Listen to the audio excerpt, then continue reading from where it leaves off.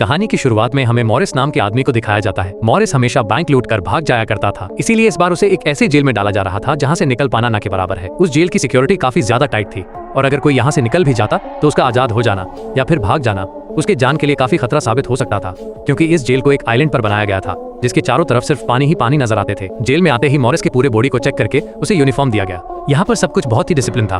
कैदियों को अपने मर्जी से चलने तक को इजाजत नहीं थी। सभी लोग सुबह के घंटी बजने से उठकर यूनिफॉर्म पहने बाहर निकलाते थे और लाइन में लगकर अपना ब्रेकफास्ट लेते थे। इस जेल में आते ही मॉर्डन नाम का आदमी मॉरिस से कहने लगा कि तुम्हारा अल्कट्राज में स्वागत है। दरअसल इस जेल का ही अल्कट्राज नाम था। खाने के टेबल पर लिटमस नाम का एक आदमी मॉरिस से उसका खाना मांगता है। मॉरिस उसे अपना खाना दे भी देता है, लेकिन तभी वो टेबल के नीचे देखने लग गया कि ये आदमी चुपके से यहाँ एक चूहा पाला हुआ था जिसे रोज उसे खाना खिलाता था। थोड़ी देर के बाद वार्डन मॉरिस को बुलाता है।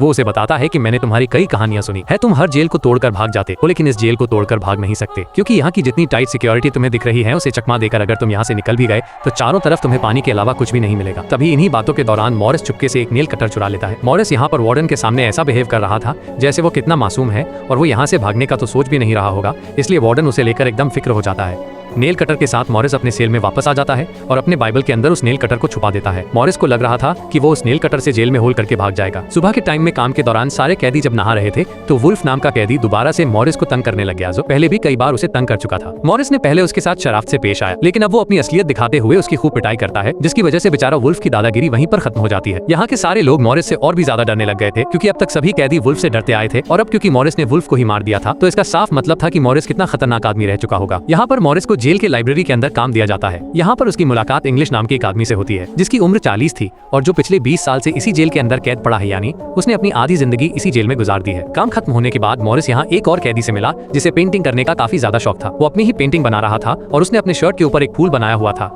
मॉरिस पूछता है कि तुम्हारी शर्ट पर तो कोई फूल नहीं। तब पेंटर कैदी कहने लगा कि ये फूल मेरी खुशियों को जाहिर कर रहा है जो मेरे दिल में बसा हुआ है। ये सुनने के बाद मॉरिस इंग्लिश के पास जाता है। वो उससे पूछने लगता है कि क्या हम इस जेल से भाग सकते हैं, क्या आप मेरी इसमें हेल्प करने की कोशिश करेंगे। उसकी ऐसी बात को सुनकर इंग्लिश हंसने लग जाता है और कहने लगा कि ये जेल नहीं बल्कि एक कब्र है और यहाँ से निकलने के लिए हमें पहले मरना ही पड़ेगा। वो उसे समझाता है कि मान लो कि अगर तुम इस बड़ी सी दीवार को भी पार कर लेते हो और यहाँ के सारे सिक्योरिटी कैमराज के साथ साथ सारे रेंजर्स को भी चकमा दे देते हो तो भी भागकर कहाँ जाओगे। और हर घंटे की उसे 50 सेंट भी दिए जाने थे, पैसों के लिए नहीं बल्कि मॉरिस ये सोचकर हाँ भर देता है कि वहाँ जरूर उसे कुछ ऐसी चीजें मिल जाएंगी जो जेल से भागने में उसकी मदद करेंगी।